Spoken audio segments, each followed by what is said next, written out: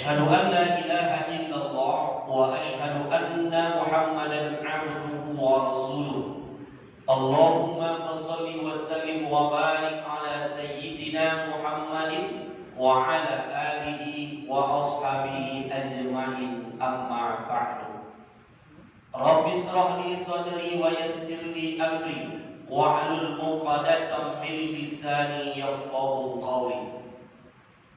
Seluruh bapak dan ibu yang berkesempatan menjadi tamu Allah yang kami muliakan, semoga kita semua selalu mendapatkan kemuliaan dari Allah Subhanahu wa taala. Amin ya rabbal alamin. Bersyukur kita kembali kepada Allah dengan selalu mengucapkan alhamdulillahi rabbil alamin. Bersalawat kita kepada Nabi, Allahumma salli ala sayyidina Muhammad wa ala ali sayyidina Muhammad. Assalamu alayka ya Rasulullah, assalamu alayka ya Habiballah. Kaum muslimin sidang jamaah salat zuhur rahimakumullah. Allah perintahkan kita berpuasa karena puasa itu dikerjakan bukan kepada kita saja, tapi Allah sudah suruh para makhluk-makhluknya di dunia. Ya ayyuhalladzina amanu kutiba alaikumus syiyam kama kutiba alal ladzina min qablikum la'allakum tattaqun. Ada satu kalimat yang menarik di dalam ayat ini. Allah tidak ada menyebutkan kalimat ini ketika Allah perintahkan sholat, ketika Allah perintahkan haji, ketika Allah perintahkan menunaikan zakat. Kata apa itu? Kutiba alaikumus syiyam kama kutiba alal ladzina. Bahwa Allah mengatakan kami perintahkan puasa itu wajib karena dulu orang-orang sebelum kamu sudah kami perintahkan untuk berpuasa. Jadi kalau kalimat sholat Allah tidak ada katakan dulu aku sudah perintahkan sholat, tidak. Tapi puasa Allah berikan suatu kalimat yang luar biasa. Apa dia? Kami perintahkan puasa ini tidak hanya kepada kamu sekarang, tapi dulu orang-orang terdahulu juga sudah kami suruh berpuasa. Mulai dari Nabi Adam alaihissalam sampai kepada Nabi Muhammad, mereka melakukan puasa kepada Allah Subhanahu wa taala. Nabi Adam kapan dia berpuasa? Ketika dia melakukan kesalahan kepada Allah. Ketika kata Allah, Adam, jangan kau makan kuldi, buah kuldi ini. Jangankan memakannya, kau dekati saja jangan. Ternyata Adam tergoda oleh setan laknatullah, dimakan buah kuldi itu. Allah buang dia dari surga.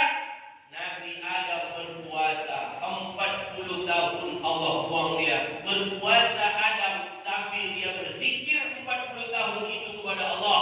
Rabbana zolamna anfusana wa illam taghfir lana wa tarhamna lanakunanna minal khasirin. Ternyata nabi-nabi Allah pun berpuasa terdahulu.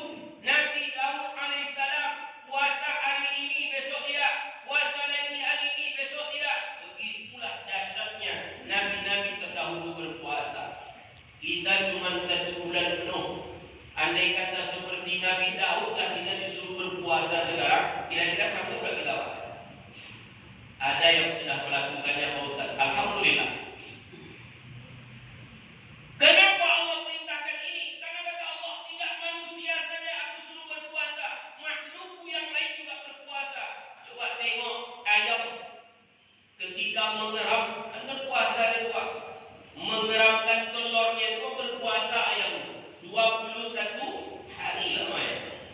Binatang pun berpuasa. Maka kata Allah, ketika manusia berpuasa hari ini sesuai dengan kewajiban yang aku berikan kepada mereka, kata Allah, maka naik derajatnya sama dengan malaikat-malaikat juga kata Allah, karena malaikat juga berpuasa.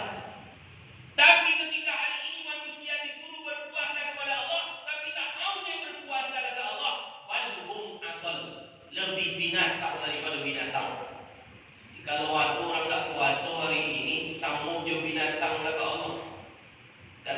nafsunya tak mau dia kendalikan.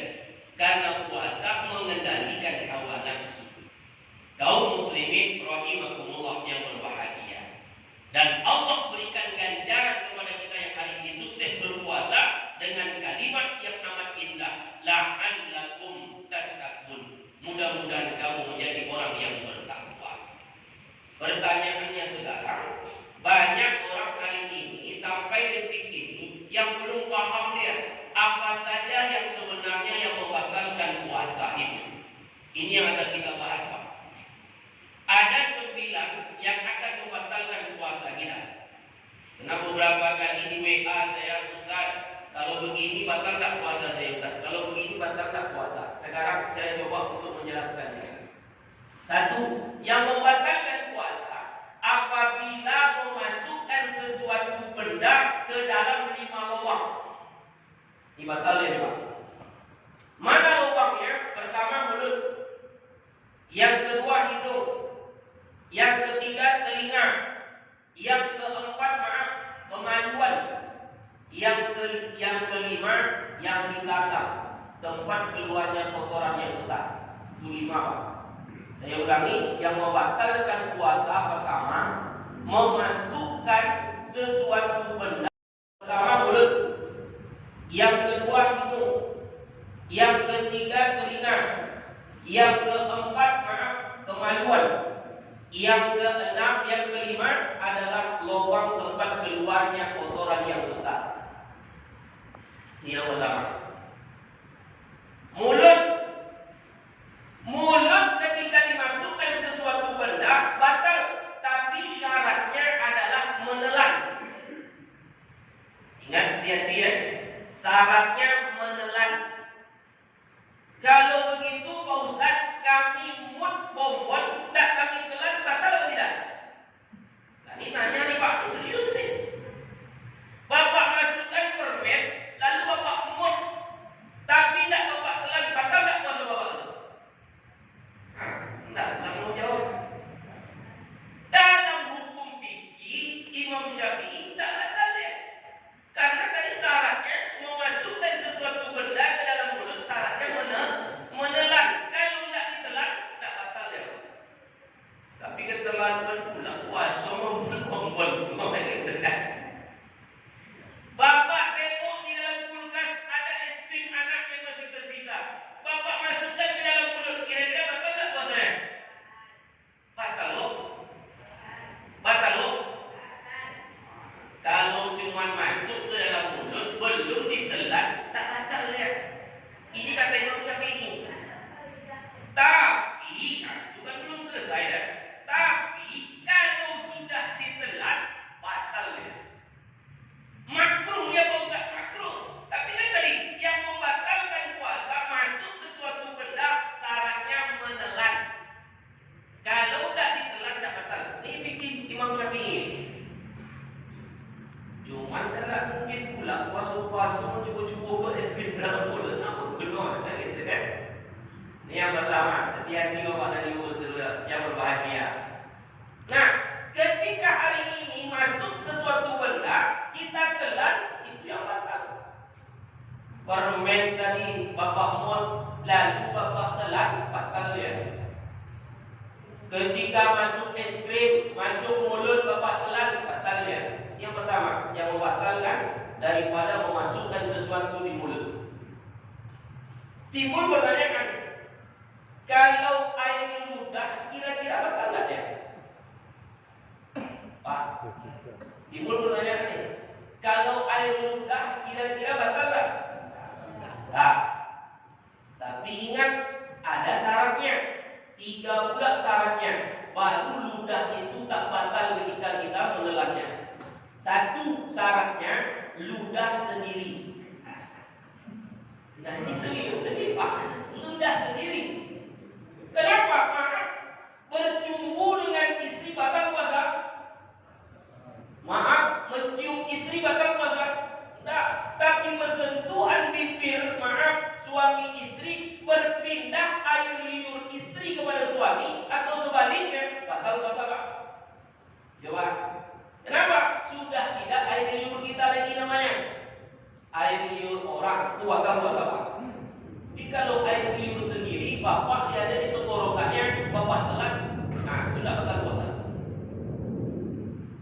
syaratnya air liur sendiri. Yang kedua, bukan air liur orang lain. Yang ketiga, air liur yang tidak berada di luar. Contoh, diludahi di dekat meja, diambil boleh, masukkan. Nah, itu dah batal dulu Pak. Atau ada pula yang iseng-iseng kan, disiapkannya bekal air ludah yang ada 1 gelas lah. Dimasukkannya ke dalam kulkas dan ingin diminum balik, itu batal Pak. Ini maaf, ini perlu dijelaskan. Fikih itu begitu ya. Ini bukan jorok, tapi sesuatu yang penting disampaikan. 1. 2. Yang membatalkan puasa memasukkan benda ke dalam hidung. Ya. Nah, saya belum selesai tadi. Mulut tadi. Kalau begitu berkumur-kumur ketika kita berwudu, batal nggak puasa? Sunnah hukumnya, bukan makruh. Sunnah hukumnya. Berkumur-kumur perintah Nabi. Setiap kali kamu mau berwudu, maka berkumur-kumur kata Rasulullah. Maka sunnah hukumnya. Ada sisa dingin di sini Pak Ustaz, namanya air, ada sisa. Yang penting tidak Bapak sisakan air itu dalam mulut. Kalau dibuang separuh-separuhnya masuk, itu yang batal. Tapi kalau dibuang semuanya masih terasa dingin, kita buang airnya lagi. Jangan samanya selamanya kita mungkin menghirup ya. 3. 4. Yang ketiga, lubang telinga. Mana yang dikategorikan batal memasukkan benda atau sesuatu ke dalam telinga apabila sampai kepada gendang telinga. Jadi kalau jari cuma masuk ke sini, ini belum batal lagi Pak. Tapi memasukkan korek kuping, memasukkan benda seperti besi, mencoba mengorek-korek isi di dalamnya, itu batal ya. Itu kalau bicara masalah telinga. Ustaz, kami biar agak dalam kita kelinci anak masuk angin sama motor. Karena mungkin kalau kelinci anak masuk ke dalam begitu kan, kelinci orang kita masuk. Kemudian apa lagi? Memasukkan sesuatu benda ke dalam kemaluan, meneteskan air ke dalam lubang kemaluan, itu batal. Termasuk mencuci, ya, mencuci kemaluan bagi perempuan. Kalau dengan jari yang bagian telapak tangan saja diusapkan, ini pipinya nih, itu tidak batal ya. Tapi kalau sudah dimasukkan salah satu jari ke dalam lubangnya, batal ya.